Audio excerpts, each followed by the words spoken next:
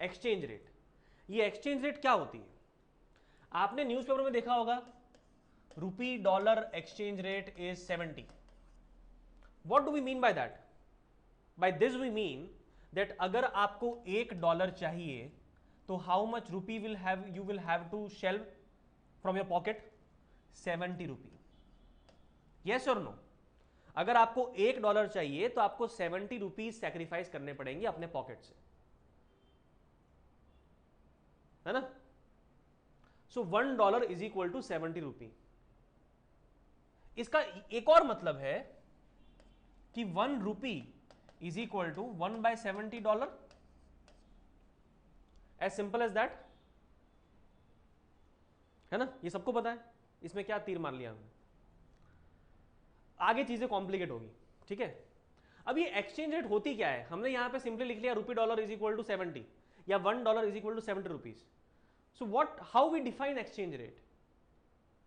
Exchange rate is defined as price or value of one currency in terms of some other currency. In layman terms, ठीक है? ये कोई भारी भरकम definition नहीं है। In layman terms, exchange rate is defined as price of one currency in terms of another currency. ये definition आप लिख लीजिए। Exchange rate is defined as price of one currency in terms of another currency.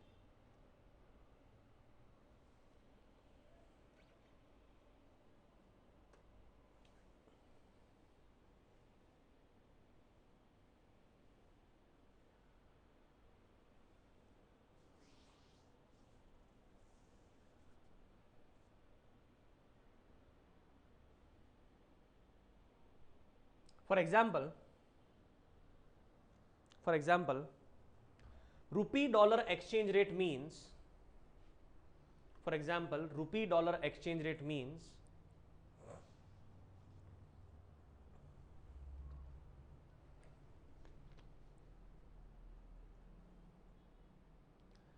price of dollar in terms of rupee.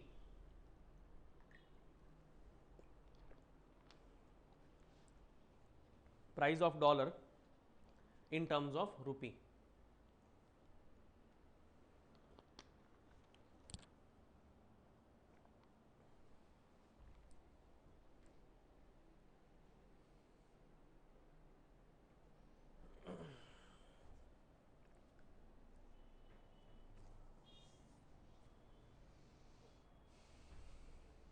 ठीक है? सो ये हो गया basics about exchange rate. मतलब मीनिंग क्या होता है एक्सचेंज रेट का। Now who determines this exchange rate? इस एक्सचेंज रेट को डिटरमाइन करने वाली एजेंसी कौन है? एक्सचेंज रेट डिटरमाइन होती है 3 सिस्टम से। There can be 3 mechanisms through which exchange rate can be determined. एक सिस्टम या मैकेनिज्म को हम कहते हैं फिक्स्ड एक्सचेंज रेट मैकेनिज्म। क्या कहते हैं? Fixed exchange rate mechanism. दूसरा सिस्टम है जिसको हम कहते हैं,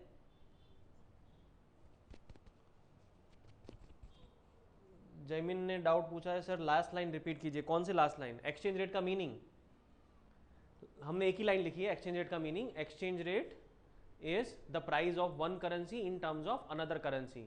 for example, rupee dollar exchange rate means price of dollar in terms of rupee. ठीक है? अभी हम डिस्कस कर रहे हैं कि एक्सचेंज रेट डिटरमाइन कैसे होती है world over. There can be 3 systems of determination of exchange rate. First one is fixed exchange rate mechanism, दूसरा है फ्लेक्सिबल और फ्लोटिंग एक्सचेंज रेट मैकेनिज्म, और तीसरा है managed floating.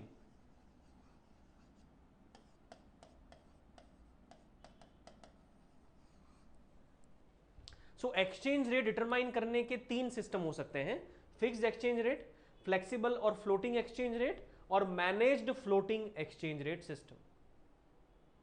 There can be 3 systems of determination of exchange rate. अब ये 3 सिस्टम पे जाने से पहले let us discuss some brief background.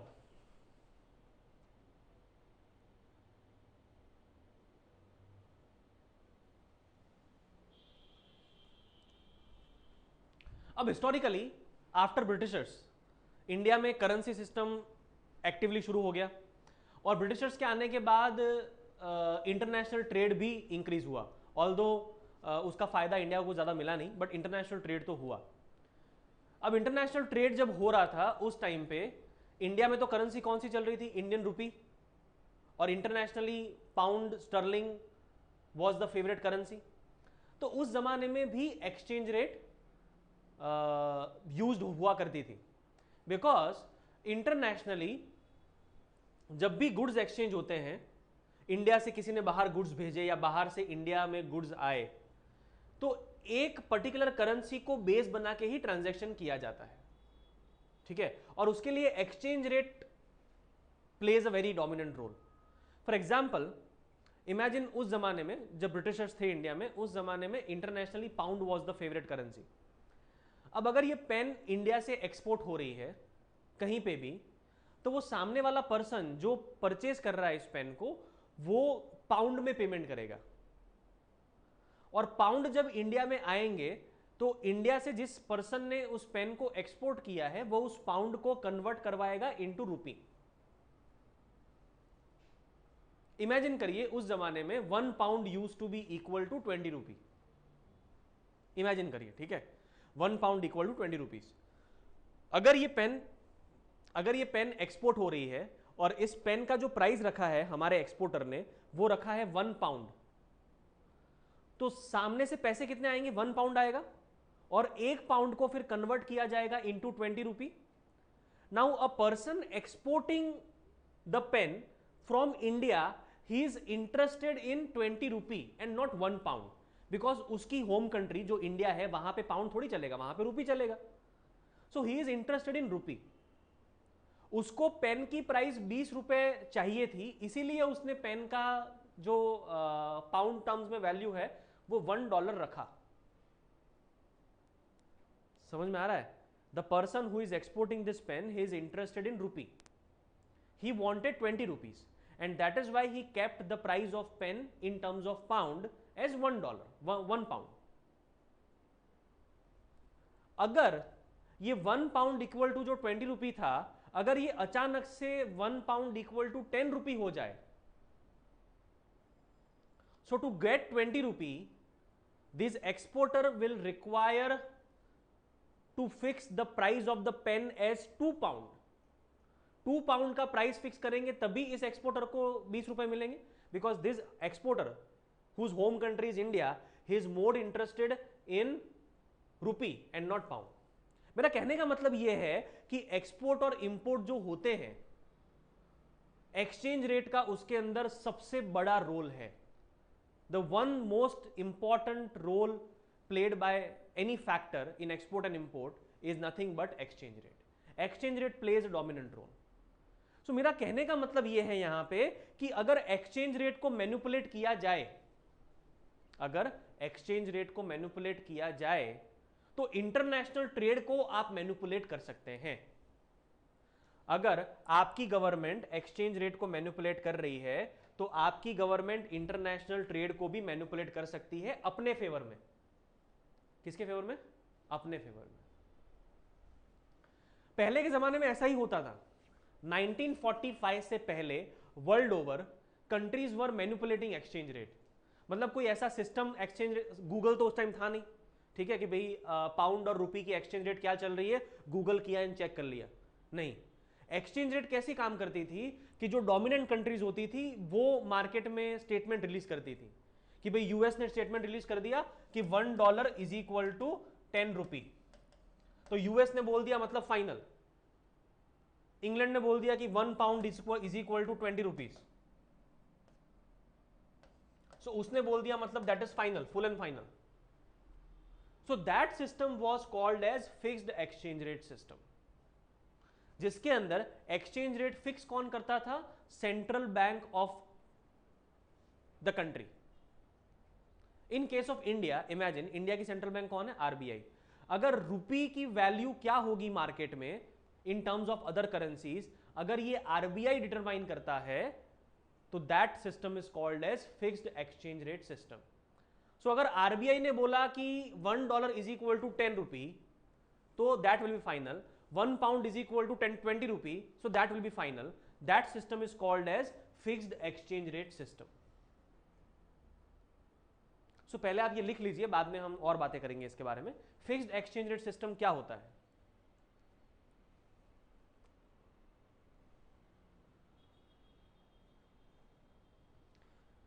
लिखिए, if exchange rate is fixed by, if exchange rate is fixed by central bank of the country,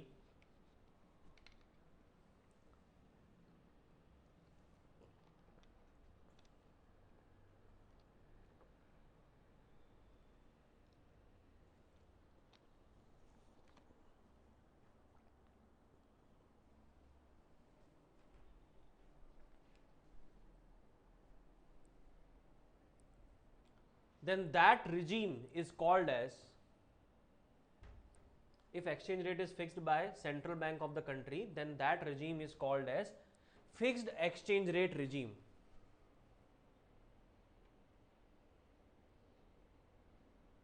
Fixed exchange rate regime.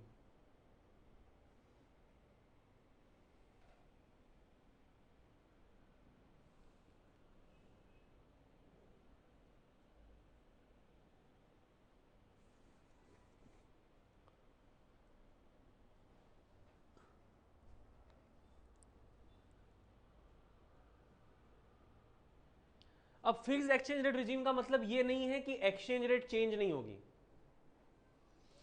This system does not mean that exchange rate will not change. इस system का मतलब यही है कि exchange rate change तो होगी, लेकिन only by central bank. It could be changed but only by central bank. जैसे इंडिया की सेंट्रल बैंक आरबीआई है, तो अगर रुपी की वैल्यू चेंज होगी तो कौन करेगा चेंज? आरबीआई. बिना आरबीआई के परमिशन के रुपी की वैल्यू चेंज नहीं होगी. That is fixed exchange rate system. ठीक है, तो ये लाइन आप याद रखिए कि एक्सचेंज रेट चेंज होगी but only by central bank of the country. एक और लाइन लिखिए इसके अंदर. इन इंडिया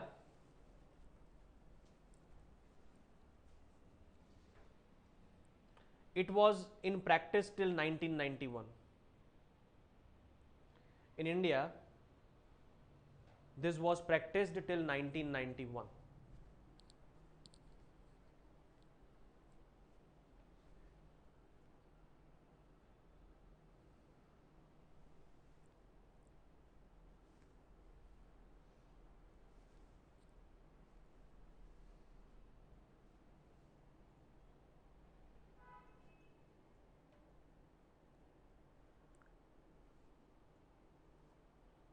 अब इस फिक्स्ड एक्सचेंज रेट सिस्टम में प्रॉब्लम क्या होती है? इसमें प्रॉब्लम ये होती है कि सपोज आरबीआई इज सेइंग कि $1 इज इक्वल टू 20 रुपी.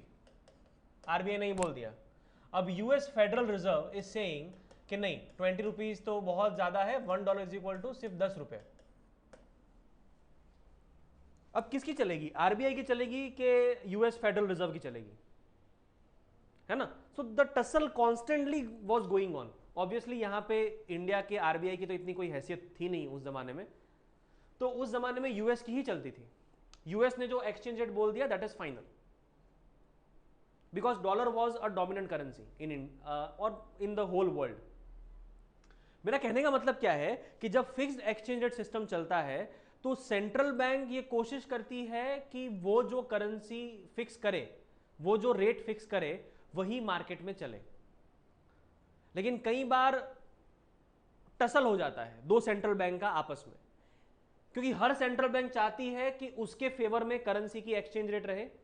सो अगर यूएस सेंट्रल बैंक जो फेडरल रिजर्व है वो चाहता है कि $1 10 रुपीज के आसपास रहे, आरबीआई चाहता है कि $1 20 रुपीज के आसपास रहे, तो उसके अंदर एक टसल क्रिएट होता है आरबीआई और फेडरल रिजर्व में. अल्टीमेटली जीतता फेडरल रिजर्व ही है, लेकिन एक टेम्परेरी केओस तो क्रिएट हुआ. दूसरी एक और प्रॉब्लम है इस फिक्स्ड एक्सचेंज रेट सिस्टम के साथ कि इसमें ब्लैक मार्केटिंग शुरू हो जाती है. क्या शुरू हो जाती है? Black marketing. अब ये ब्लैक मार्केटिंग कैसे शुरू होती है? ये पेन, इस पेन की ट्रू वैल्यू आप सबको पता है कि 50 रुपए है, कि 50 रुपए तो हंसते हंसते इस पेन के लिए मिलने चाहिए या देने चाहिए, कोई दिक्कत वाली बात नहीं है उसमें. अगर मैं कल उठ के फिक्स करूं कि इस पेन की प्राइस 50 रुपए नहीं होगी, 20 रुपए ही होगी, तो what will happen in the economy?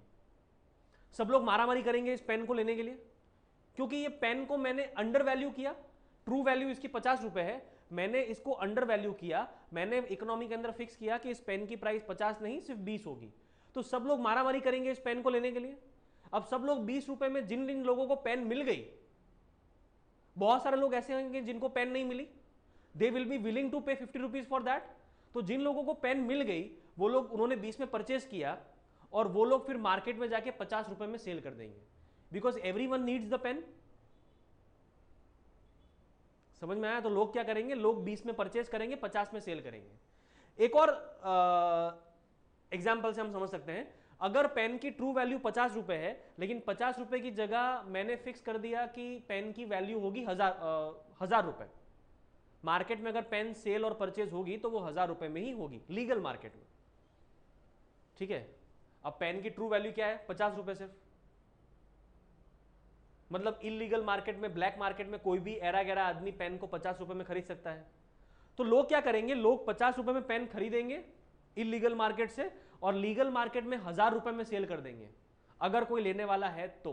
पहले तो लीगल मार्केट में कोई लेने वाला होगा ही नहीं 1000 रुपए की पेन को, लेकिन अगर कोई मिलता भी है तो इलीगल मार्केट में से पेन परचेज की जाएगी और लीगल मार्केट में पेन सेल की जाएगी। Imagine this particular scenario in case of exchange rate. अगर ट्रू वैल्यू डॉलर की 50 रुपए है, लेकिन आरबीआई ने जबरदस्ती सबको बोला इकोनॉमी के अंदर, नहीं, $1 is equal to 20 rupees only, तो डॉलर को अंडर वैल्यू किया, तो लोग क्या करेंगे, लोग बैंक के पास जाएंगे और 20 रुपए में डॉलर्स परचेज करने की कोशिश करेंगे। सुबह से 5 बजे से लाइन में लगेंगे कि भाई हमें डॉलर चाहिए ही चाहिए, क्योंकि उनको पता है कि मार्केट में वैल्यू इसकी 50 रुपए है, लेकिन आरबीआई को पता नहीं चल रहा है, आरबीआई ने 20 रुपए फिक्स किया है। तो लोग क्या करेंगे, लोग 20 रुपए में डॉलर बैंक से परचेज करेंगे और इलीगल मार्केट में 50 रुपए में सेल कर देंगे और 30 रुपए का चोखा प्रॉफिट कमाएंगे। इसको हम कहते हैं ब्लैक मार्केटिंग। ये सही बात नहीं है। जब मार्केट बेसिस पे जो वैल्यू है आप वो नहीं रख रहे हैं किसी भी चीज की, आप अपनी ही चला रहे हैं कि नहीं इसकी वैल्यू इतनी ही रहेगी, तो उससे ब्लैक मार्केटिंग शुरू हो जाती है।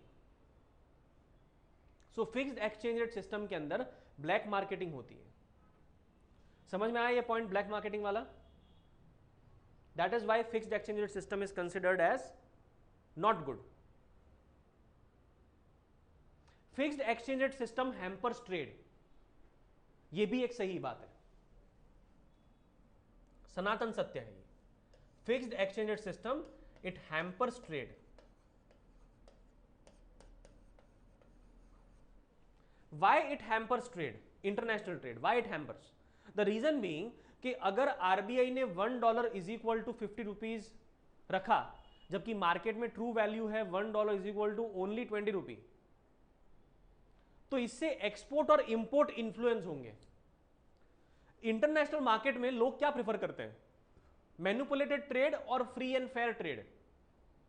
Everyone prefers free and fair trade, और फ्री एंड फेयर ट्रेड तभी होगा जब एक्सचेंज रेट मार्केट डिटरमाइंड होगी। अगर exchange rate central bank determine करता है तो free and fair trade possible नहीं है। सो अभी के लिए आप फिक्स्ड एक्सचेंज रेट में लिखिए, इसके 2-3 नुकसान हैं। पहला नुकसान, it creates tussle between various central banks. दूसरा नुकसान, it leads to black marketing of currencies. तीसरा नुकसान, इट हैम्पर्स इंटरनेशनल ट्रेड। ये 3 नुकसान है। ये इंटरनेशनल ट्रेड वाला जो पॉइंट है ये आपको ग्रेजुअली क्लियर होगा, थोड़ा टाइम दीजिए इसको, ठीक है, क्लियर हो जाएगा, डोंट वरी।